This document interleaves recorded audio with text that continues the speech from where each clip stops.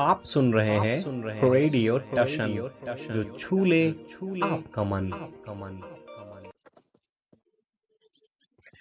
Well good morning, सत श्री अकाल, आदाब। कैसे हैं आप? मैं हूं आपका दोस्त अमन और आप सुन रहे हैं रेडियो टशन, जो छू ले आपका मन। Once again welcome back to your favourite programme related to sports, that is खेल की बात, रेडियो टशन के साथ। After very long time we are here with some stacked news, analysis, and previews, reviews, everything, whatever you want to say.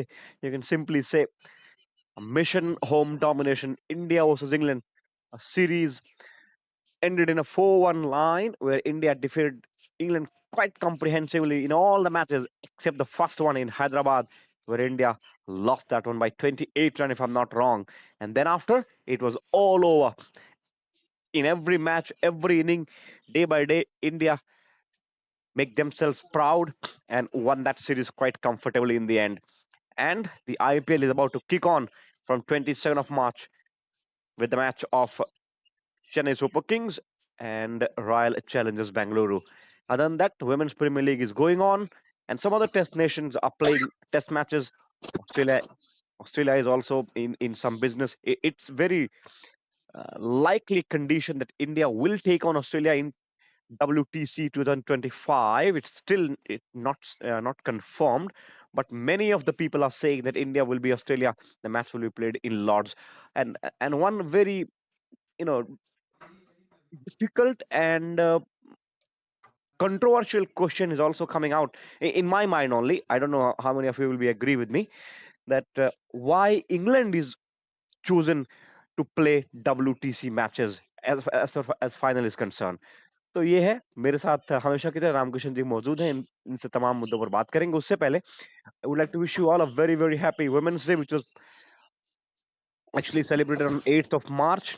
And I would also like to give many congratulations to all the bankers that the 12th bi-part settlement has been signed, and the wage increase as far as the salary is concerned of 17% has been done.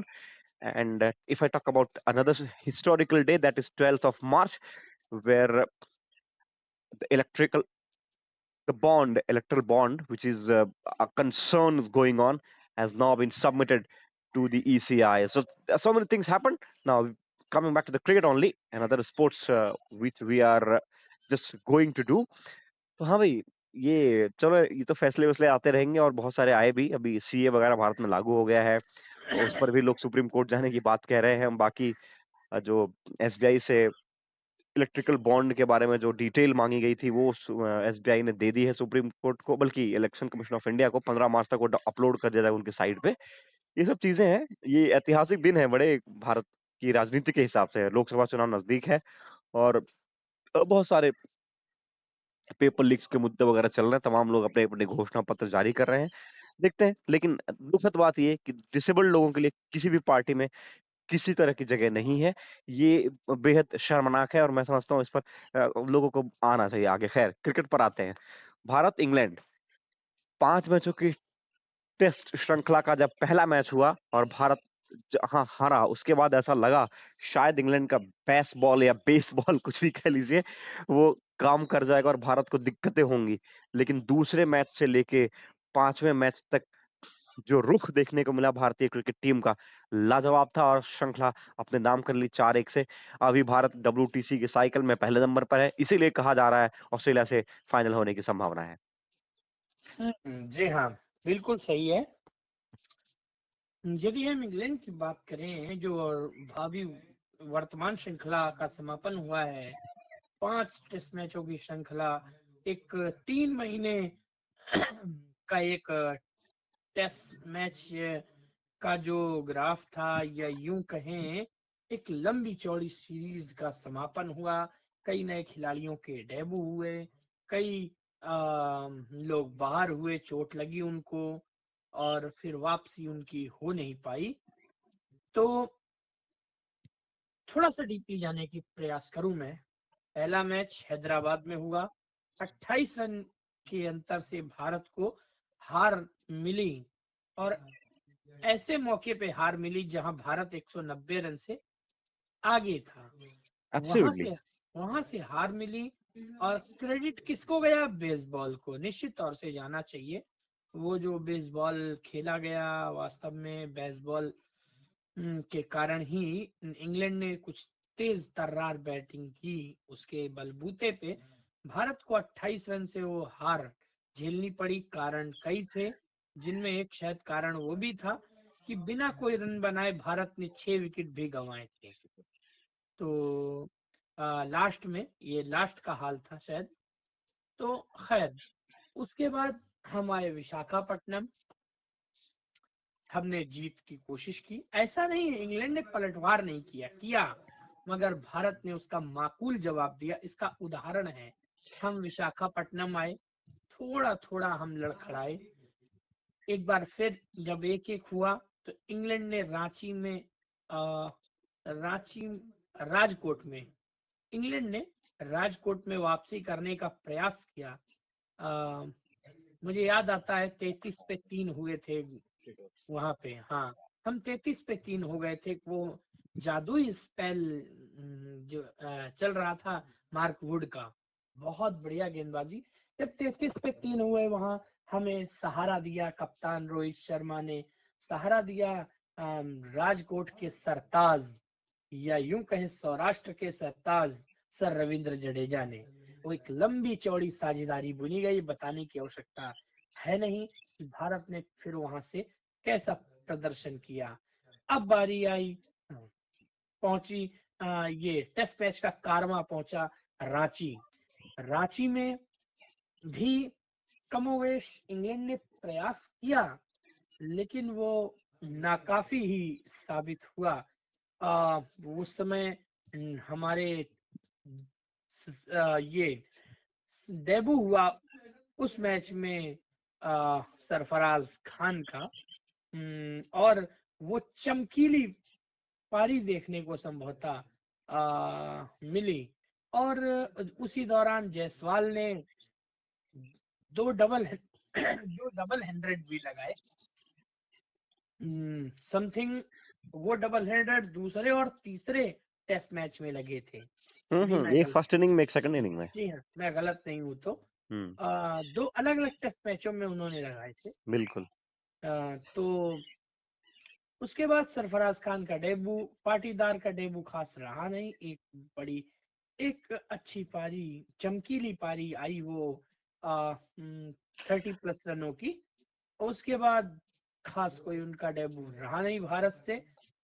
Sarfaraz Khan ने खूब प्रभावित किया, run out हुए वो पहली पारी में और उसके बाद 3 अर्धशतक उन्होंने बनाए। और ध्रुव जुरेल की यदि बात नहीं की जाएगी, संभवतः बात अधूरी ही रहेगी, क्योंकि रांची टेस्ट में भारत पिछड़ रहा था, लेकिन वहां पे उन्होंने एक वो चमकदार पारी खेली और टेलेंडर्स के साथ उन्होंने वो जो साझेदारी निभाई, उसके बलबूते पे भारत केवल 46 रन उनके पास छोड़ पाया।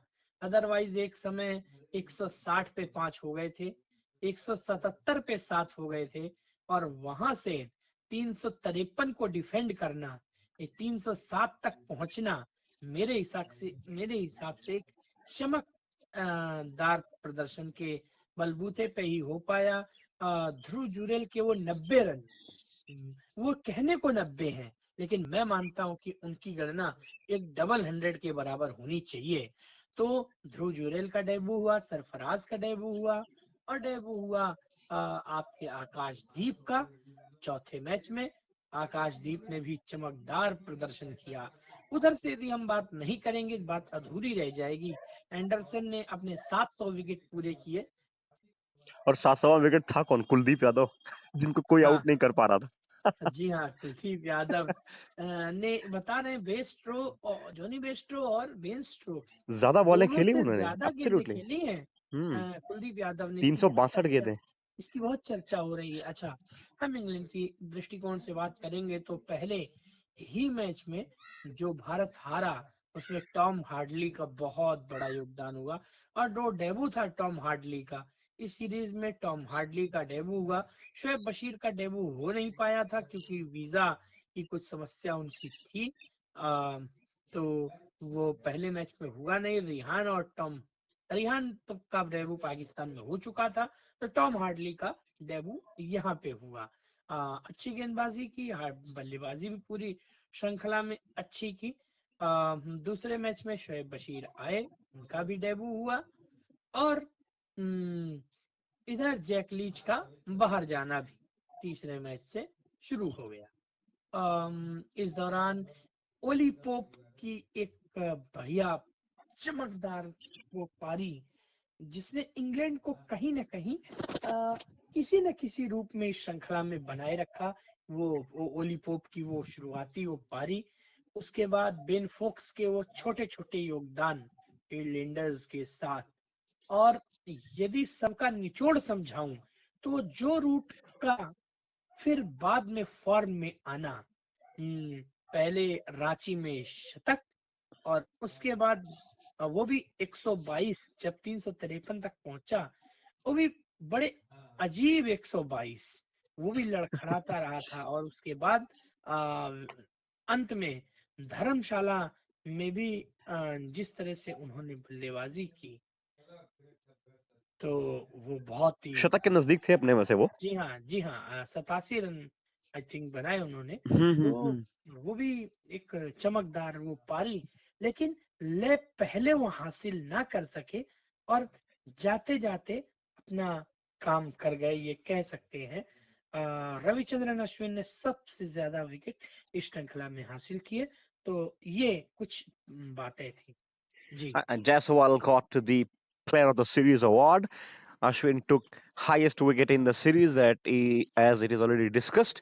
And अच्छा, जुरेल के बारे में ना जितने भी एक्सपर्ट्स को मैंने सुना, बड़े प्रभावित थे लोग। जबरदस्त कीपिंग उन्होंने प्रभावित किया। बीच में हाँ कुछ मिसअंडरस्टैंडिंग्स हुई, कुछ एक स्टंपिंग वगैरह छोड़ दी उन्होंने, तमाम सारी चीजें हुई। तो मुझे लगता है कि ईशान किशन के साथ जो अभी कंट्रोवर्सी चल रही है, उसने क्या एक ध्रुव को मौका दे दिया, गेट खोल दिया। हाँ, निश्चित तौर से हम कह सकते हैं ध्रुव जुरैल को पहले सबने T20 में देखा था। कोई ये उम्मीद नहीं कर रहा था कि ध्रुव जुरैल के पास वो स्किल है कि टेस्ट क्रिकेट भी ध्रुव जुरैल खेल सकते हैं। लेकिन मौका मिला और कुछ कंट्रोवर्सी हुई, जिसके तहत उनको मौका मिला और उन्होंने मौके को दोनों हाथों से कबूल किया। वो भी ऐसे समय पे जब भारत वाकई लड़खड़ा रहा था। यदि उनकी पारियों का हम आकलन करें तो एक पारी 15 रनों की आती है, अदरवाइज पहले में 46, एक में 90, एक में 39 के आसपास रन। जब हाँ जब शुभमन गिल के साथ वो समस्या में भारत था, वहां से उन्होंने बचाया था मैच को। हाँ, तो 3 पारियां ये हो गई, एक में 15, 4 पारियां हो गई, है ना? हाँ, और मुझे तो लगता है वो तीसरे मैच में शायद खेलने आए थे। नहीं, एक बार कौन विकेट कीपर केएस भरत खेला था, तो उन्होंने कुछ खास किया नहीं। उसके बाद शायद दूसरे तीसरे मैच में आ गए थे, मुझे लगता है। जी हाँ, मुझे लगता है तीसरे में आए थे। वही तीसरे मैच छह में 6 तो पारियों में से 4 5 पारी। पारियां इनको मिली, हम्म। और 5 पारियों का आकलन करें तो 46, 39, 90, 15 और एक पारी संभवतः और आई होगी, जिसको हम मिस आउट कर रहे हैं। तो मेरे हिसाब से एक अच्छी पारी थी, और ऐसे मौकों पे वो पारियां आई हैं, यदि हम उनका आकलन करें कि जब भारत को वाकई आवश्यकता थी। बिल्कुल, ज़रूरत के हिसाब से खेली गई पारियाँ थी। आवश्यकता ही आविष्कार की जननी है, वो वाली जो कहावत है, वो सही साबित की ध्रुव जुरैल ने। बहुत दिनों के बाद शो कर रहे हैं, इसलिए शायद लगता है कि क्या बोलूँ? कई बार शब्द मिलते नहीं है जब आप किसी प्रैक्टिस से हट जाते हैं, तो थोड़ा भैया समझ लेना, सुन लेना। और अ, अश्विन अश्विन ने जो डेडिकेशन शो किया, उस पर बात ना हो तो मैं समझता हूँ श्रृंखला अधूरी रहेगी। एक दिन के लिए वो घर गए, अपनी माता जी का हालचाल जाना, उनसे मिले और उनकी माता जी ने उन्हें वापस भेजा कि तुम जाओ, तुम यहाँ क्या कर रहे हो? और अगले दिन आके वो फिर भारतीय टीम से जुड़ जाते हैं। ये होता है डेडिकेशन, कमाल का डेडिकेशन था। मतलब आज तक मैंने सचिन तेंदुलकर के बारे में सुना था, विराट कोहली के बारे में सुना था। सचिन तेंदुलकर का जिम्बाब्वे दौरा, आई थिंक वर्ल्ड कप चला था शायद, माफ करिएगा। जिम्बाब्वे के मैचेस से पहले मैचेस हुए, तब उसी बीच उनके फादर की डेथ हो गई, वो अंतिम संस्कार में आए, वापस गए, वहां इंडिया मैच एक हार गया था किसी टीम से, उसके बाद वापस गए जिम्बाब्वे के अगेंस्ट, एक जबरदस्त शतक लगाया। तो इंस्पायरिंग स्टोरी। क्या अश्विन प्रभावित नजर आए उन स्टोरीज से, या फिर उनके अंदर वो एबिलिटी या कला या फिर वो समझने की क्षमता खुद डेवलप हो गई? मुझे लगता है दोनों कारण इसके जिम्मेदार हैं, वो जी हाँ। प्रभावित भी हुए होंगे। यदि अ, ये जो पहले बातें हो चुकी हैं सचिन तेंदुलकर और भी तमाम, तो उनमें एक नया अध्याय भी जुड़ गया और रविचंद्रन अश्विन के नाम से। हुआ ये, जब अश्विन ने अपनी माताजी के बारे में सुना तो अश्विन ने खुद इस चीज को बताया कि वो रोने लगे। जब रोने लगे तो रोहित शर्मा ने उनके लिए स्पेशल चार्टर विमान की व्यवस्था कराई उनके घर जाने की। आप समझिए, टीम को आवश्यकता थी, मगर रोहित शर्मा का कितना बड़ा दिल कि रविचंद्रन अश्विन जब व्याकुल हुए तो रोहित शर्मा ने कहा नहीं, आपकी जरूरत पहले आपके घर को है। उन्होंने चार्टर प्लेन उन्होंने बुक कराया, घर गए, अपनी माताजी का हाल चाल जाना। जब संतुष्ट हो गए, उन घर से उन्होंने सब चीजें समझ ली, उनका आकलन किया, फिर वो उन्होंने कहा नहीं, मुझे लगता है अभी भारत के पास मौका है और अभी मेरी जरूरत टीम को भी उतनी ही है। उन्होंने फिर आने का फैसला किया, जुड़ने का फैसला किया और वो टीम से जुड़ गए। इसमें दो चीजें हैं। पहले तो कप्तान ने उनके बारे में समझा और परिस्थितियों का जायजा लेते हुए उनको उनके परिवार से मिलने की इजाजत दी या अपनी सहमति प्रदान की। दूसरी चीज, उन्होंने भी कप्तान के फैसले को सही साबित करते हुए उन्होंने भी अपने घर का हालचाल जान के उन्होंने भी बिना समय गंवाए टीम के साथ भी उन्होंने जाने का जो फैसला किया। ये दोनों की आत्मीयता, दोनों का प्रेम, दोनों का भाईचारा और दोनों के बीच जो तालमेल है ना, ये उसको प्रदर्शित करता है। Oh, absolutely. And the management is also, you know, played a crucial role in this, क्योंकि अगर बीसीसीआई नहीं चाहता तो पॉसिबल होता नहीं, अलाउ नहीं करता अगर बीसीसीआई जाने के लिए, फिर दोबारा जुड़ने के लिए। और इससे पहले ऐसा शायद कभी इतिहास में हुआ हो, मुझे याद नहीं है, कि कोई एक टीम एक दिन 10 प्लेयर से खेले, अगले दिन 11 से खेले। आपकी अगर याददाश्त में कुछ है तो बताइएगा, नहीं, लेकिन मेरी ही जहां तक याददाश्त है, शायद ऐसा हुआ नहीं कभी। निश्चित तौर से नहीं हुआ, लेकिन बात ये होती है जब आप 10 प्लेयर से खेले, आपको 11वां मिला तो नहीं। ना यदि ना। अब 11वां नहीं मिला और 11वां आपका ठीक हो के आ रहा है, आपका उपलब्ध हो जा रहा है, तो मुझे लगता है किसी को कोई समस्या होनी नहीं चाहिए। समस्या तब हो सकती है जब आपको 11वां प्लेयर दूसरा दे दिया गया हो, तब आप उस प्लेयर को नहीं ले सकते हो। लेकिन आपको प्लेयर तो मिला ही नहीं, आपने 10 प्लेयर से क्रिकेट खेली और उसके बाद जो है यदि हमारा प्लेयर वापस आ रहा है, वो इच्छुक है, वो मेंटली फिट है, तो कोई दिक्कत नहीं है।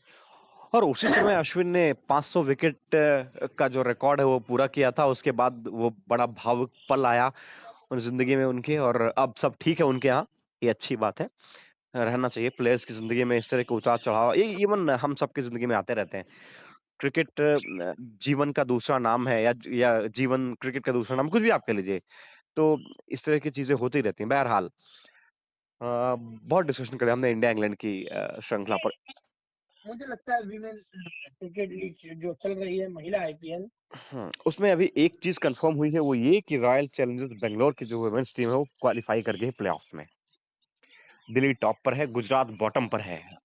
ठीक है। तो कल बेंगलोर को 7 विकेट से जीत हासिल हुई। हाँ, एलिस पेरी ने जबरदस्त ऑलराउंड प्रदर्शन किया और उन्होंने बेंगलोर को आखिरकार एक प्लेऑफ में पहुंचा ही तो दिया। अब जी हाँ। समझिए, एक मेंस की जो टीम है वो अभी तरस रही है बेंगलोर की आईपीएल जीतने के लिए, और यहाँ वुमेन्स की टीम वो एक कदम और नजदीक पहुंच गई है। तो जी हाँ, निश्चित तौर से तो बहुत ही अच्छी वो पारी रही। और फिलहाल जो है महिला आईपीएल में एक आरसीबी के नजरिए से अच्छी खबर है। अच्छा, अब ऑस्ट्रेलिया न्यूजीलैंड की फटाफट बात करते हैं। संभवतः 2 मैच हुए हैं। ऑस्ट्रेलिया पहले मैच में ऑस्ट्रेलिया ने न्यूजीलैंड को चित किया था, तभी भारत को उसका फायदा भी हुआ था। अच्छा, रणजी ट्रॉफी के फाइनल की अगर बात करूं तो आप जानते होंगे मुंबई और विदर्भा खेल रहे हैं, और मुंबई ने विदर्भ को 538 रनों का टारगेट दिया है इस मैच को जीतने के लिए। तो अय्यर ने मुशीर बढ़िया खान पारी ने खेली वहां बहुत पे। जबरदस्त पारी खेली। अय्यर ने 95 रन बनाए वहां पे, जी, और एक प्लेयर है मशीर, सॉरी माफ मुशीर करिएगा, खान, हाँ जी मुशीर सरफराज खान। खान के भाई हैं ये। अच्छा, ये इनकी बड़ी चर्चा है, इनकी जी बड़ी हाँ, चर्चा है। इन्होंने 136 रन बना डाले, तो जी। जबरदस्त पारी। और रहाणे ने भी बढ़िया पारी खेली। अच्छा, रहाणे वहाने का क्या फ्यूचर लग रहा है टेस्ट क्रिकेट में भारत के लिए?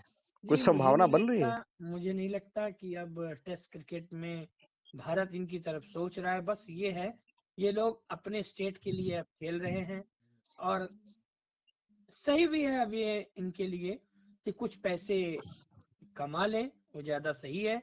अदरवाइज अब टेस्ट क्रिकेट में मुझे नहीं लगता कि पुजारा, रहाणे या और कोई पुराने प्लेयर हैं जिनकी तरफ बीसीसीआई सोच भी रहा है।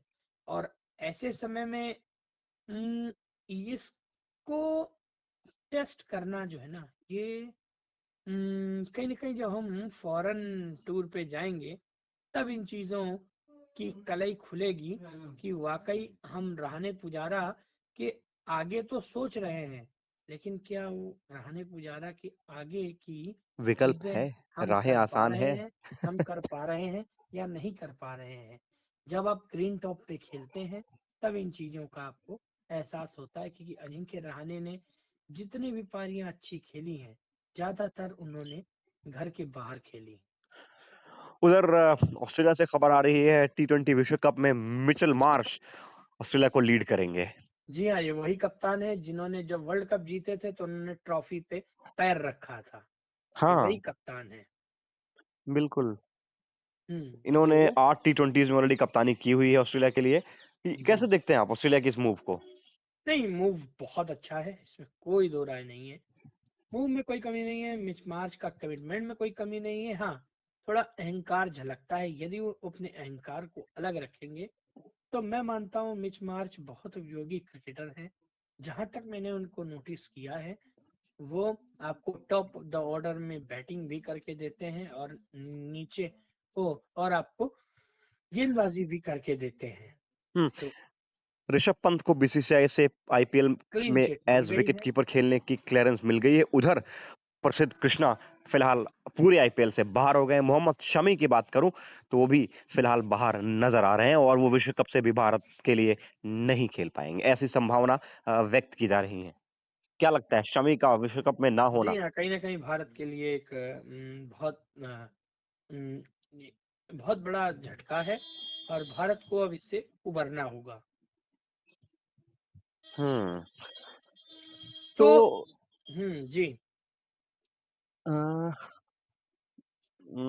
देखता हूँ कुछ और बताने के लिए है हाँ, आप इसके लोगों को। बाद हमें एक आईपीएल टीम पे चर्चा, मतलब हमें टीम अनाउंस करनी है, क्योंकि अब क्या है, वो टीम सब लगभग फाइनल हो चुकी है। उधर ऑस्ट्रेलिया ने न्यूजीलैंड को 2-0 से हरा दिया है। 34 पर 4 होने के बाद 289 का टारगेट था, उसको आसानी से उन्होंने चेज कर लिया। और जो चेज किया उसमें 3 लोगों का नाम आ रहा है जिन्होंने अच्छी पारियां खेली, हम्म, कैरी, मार्श और कमिंस। तो अच्छे प्लेयर हैं ये सब, इन्होंने मिलजुल के जो है तो ऑस्ट्रेलिया को मार्क की जिता हम दिया। बात कर ही रहे थे, उन्होंने हाँ, वो हाँ रिवॉर्ड तो नहीं मिल गया। अब चलिए, खैर आते हैं क्रिकेट पर वापस आते हैं, हंसी मजाक के साथ साथ आईपीएल पर भी जरा चर्चा कर लेते हैं। आईपीएल 22 तारीख से होना है, आप जानते हैं बेंगलोर और चेन्नई का पहला मैच है, और वो मैच कहाँ होना है? चेपॉक में, राइट? धोनी के गढ़ में या फिर बेंगलोर में, कहाँ होना है भाई? नहीं, चिपॉक में। यस, चेन्नई में। तो धोनी को एक बार और आप लोग देखेंगे, शायद ये उनका आखिरी साल। अरे अब ये कहना बंद कर देना चाहिए। हाँ, वही मैं कहने जा रहा था कि ये जो लाइन है ना, ये कहना बंद कर देना चाहिए लोगों को कि शायद ये उनका आखिरी साल। बड़े जमाने से ये बात चली आ रही, पिछले एटलीस्ट 3 सालों से मैं ही सुन रहा हूँ कि ये धोनी का आखिरी साल है, धोनी का आखिरी साल है। तो अभी धोनी को डिसाइड करने देते हैं। बहरहाल हम डिस्कस करते हैं किसी तो टीम पर। अब टीम पे मैं आता हूँ। हम्म, टीम में आपको एक बार बता देता हूँ। गुजरात टाइटंस से हम शुरुआत करेंगे। फाइनलिस्ट पिछली बार की, चलिए। तो गुजरात टाइटंस का जो स्क्वाड है, पहले मैं बल्लेबाजों के ऊपर आ रहा हूँ। शुभमन गिल जो आपके कप्तान होंगे, डेविड मिलर सब जानते हैं, साई सुदर्शन, केन विलियमसन, अभिनव मनोहर, ये है आपके बैटर की लिस्ट है। अब हम ऑलराउंडर पे जा रहे हैं। शाहरुख खान, विजय शंकर, राहुल तेवतिया, हशमतुल्ला उमरजई, राशिद खान। अब विकेट कीपर्स की बारी आती है। रॉबिन मिंच, ये इंजर्ड हो गए हैं, बिहार में एक्सीडेंट हुआ है इनका, ऋषभ पंत की तरह। मैथ्यू वेड, रिद्धिमान साहा, ये हैं। अब गेंदबाजों की बात करते हैं। स्पेंसर जॉनसन जो ऑस्ट्रेलिया के हैं, कार्तिक त्यागी, जोशुआ लिटिल, दर्शन नालकंडे, नूर अहमद, और श्रीनिवासन साई किशोर, जयंत यादव, मोहित शर्मा, सुशांत मिश्रा, उमेश यादव, ये टीम है। अच्छा, तो बॉलर्स को इन्होंने कुछ ज्यादा तवज्जो दी है, ज्यादा तरजीह दी है, कुछ ज्यादा संख्या नजर आ रही बॉलर्स की। गेंदबाजी है, कंपोजिशन ठीक ठाक है। अच्छा, हाँ, कंपोजिशन ठीक ठाक है। यदि हम सब मिला जुला के बात करें तो टीम उनकी ठीक नजर बैलेंस आ साइड रही है। नजर आ रही है। तो बैटिंग में देखिए। आपसे पूछता हूँ, हम्म, क्या लगता है वो, यदि हम 11 की बात करें जो एकादश खेलेगी, उसमें क्या देखते हैं? ओपन शुभमन गिल तो 100% ओपनिंग आएंगे, कोई दो राय नहीं है। जी, उनके साथ ओपनिंग करने कौन आएगा, that is bit bit tricky question. अच्छा, है कौन? मनोहर है इनके साथ बल्लेबाजी में, और हम जरा बल्लेबाजी पर रहते हैं अभी। नहीं, ज्यादा तेवतिया है ऑलराउंडर ज्यादा में, खास कुछ नहीं है। विलियमसन मेरे है, हिसाब से रिद्धिमान साहा ही रिद्धिमान आएंगे। साहा है। तो आई बिलीव, हाँ, जाना चाहिए। पिछली साहा साहा बार आएंगे। भी शाह आया करते थे शायद। हाँ, वही तो आएंगे। और शुभमन गिल और शाह ओपनिंग करेंगे। तीन 3 नंबर नंबर तो पे विलियमसन का तो विलियमसन फिक्स है, आएंगे। उसमें कुछ होना होना है नहीं। कोई खास वो होना है नहीं। और और उसके बाद सिचुएशन के हिसाब से डेविड मिलर या फिर कोई भी, हाँ, है ना, उस पर कुछ कहना तो जल्दबाजी होगा। कौन आएगा 4 पे, कौन आएगा 5 पे, वो कंडीशंस के हिसाब से निर्भर करेंगे। ऑलराउंडर अच्छे हैं, तेवतिया है, राशिद खान, और राशिद खान को अच्छा इन्होंने ऑलराउंडर में रखा हुआ है, राइट? जी हाँ, अच्छा, अगर 4 विदेशियों की बात करो तो मुझे लगता है जाएंगे राशिद खान, विलियमसन, जी राशिद खान, नूर अहमद। 3 तो ये हो गए। राशिद खान, नूर अहमद, विलियमसन। और उमर और उमर एक, जई के साथ जा सकते हैं ये नहीं, वैसे। Joshua little. और या जासुआ लिटिल, राइट, या स्पेंसर जोशुआ जॉनसन। लिटिल के साथ जी। जोशुआ लिटिल ये आयरलैंड वाले हैं क्या? जी हाँ, जी हाँ। हम्म। अच्छा, आयरलैंड से भी इस बार है, आईपीएल में लेकिन एक चीज है, जोशुआ लिटिल या स्पेंसर जॉनसन में से कोई एक, हाँ वही मैं कह रहा कोई हूँ। एक खेलेगा, क्योंकि मोहम्मद शामी है नहीं। हाँ, तो उनको थोड़ा वो कुशन लेकर चलना होगा। यदि ऐसा होता है तो हमने क्या जोड़ा था,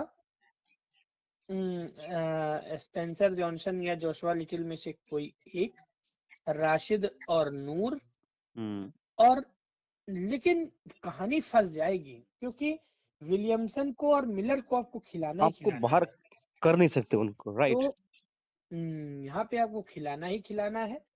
आप पीछे राशिद और नूर को जहां आप खिला रहे हैं वहां पे आपको फिर कहीं ना कहीं कंप्रोमाइज करना पड़ेगा।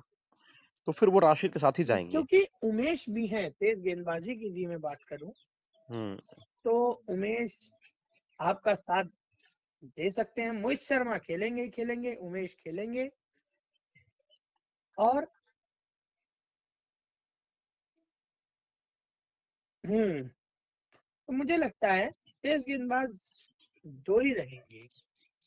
बाकी डिपेंड करेगा मैचेस पे। कई बार राशिद खान हो सकते नजर आए, कई बार नूर अहमद नजर आए आपको, तो ये डिपेंड करेगा मैचेस पे कि क्या स्थिति है।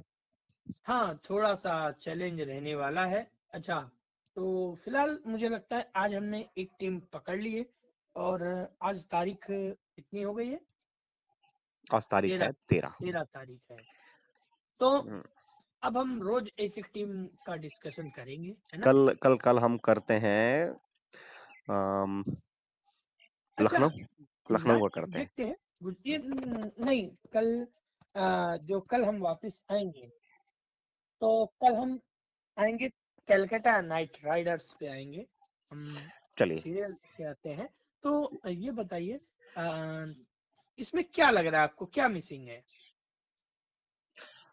मिसिंग आई थिंक इन्होंने कुछ प्लेयर्स, अच्छे जो प्लेयर्स हैं, जो मतलब इम्पैक्ट प्लेयर्स ज्यादा ले लिए हैं थोड़े से, तो उसमें उनको दिक्कतें होंगी बैलेंस बिठाने में। और तो ऐसा मिसिंग विकेट कीपर साहा करेंगे I think, Riddhiman Shah, right? कोई मैथवेड वगैरह तो कुछ शायद ही खिलाएं कभी ये, या कोई इंजर्ड हो जाए या कुछ बाहर करना हो तो अलग मामला है। I don't think something is missing. हाँ, मनोहर वगैरह ये जो बल्लेबाज हैं, इनके बारे में ज्यादा सुना नहीं है, कैसा खेलते नहीं खेलते कुछ पता नहीं। यहाँ पे कोई वो एक बेहतर प्लेयर ले सकते थे अगर ये हो सकता बजट अलाउ नहीं किया हो तो वो अलग बात है। बट बैटिंग में थोड़ी सी मुझे लगता है दिक्कतें हो सकता है हो। बाकी बॉलिंग मुझे लाइनअप लगता तो है इनको भारत मुझे लगता है कि अच्छा, कार्तिक त्यागी भी शायद इस टीम में थे। हाँ, तो वही मैं कह रहा हूँ ना, इतने लोगों को हाँ, ले रखा है इन्होंने, कैसे बैलेंस बिठाएंगे? तो थोड़ी चीजें हैं, थोड़े फॉरेनर इन्होंने ले तो लिए हैं सारे अच्छे, अब किनको बाहर बिठाएंगे, थोड़ी चुनौती होने वाली है शुभमन गिल और आशीष नेहरा के लिए। तो ये चीज है। बाकी अच्छा, कल हम कलकत्ता नाइट राइडर्स पे आएंगे। तो ये सारी चीजें हैं, और कुछ आपके पास न्यूज़ है तो बताइए। नहीं, सारा मैंने बता दिया जो भी था सुबह तो से लेके। मुझे लगता है अब हमें लोगों को अलविदा लेना चाहिए यहीं पे, है ना? बिल्कुल, हमारा तो शो भी 32-33 मिनट का हो गया जी है, हाँ, तो हमें कल लगता है। मिलेंगे अगले सेगमेंट में। रखिए बहुत सारा ख्याल, दीजिए हम दोनों को इजाजत। नमस्कार, गुड मॉर्निंग, सुप्रभात। सभी लोग अपना बहुत सारा ख्याल रखिए।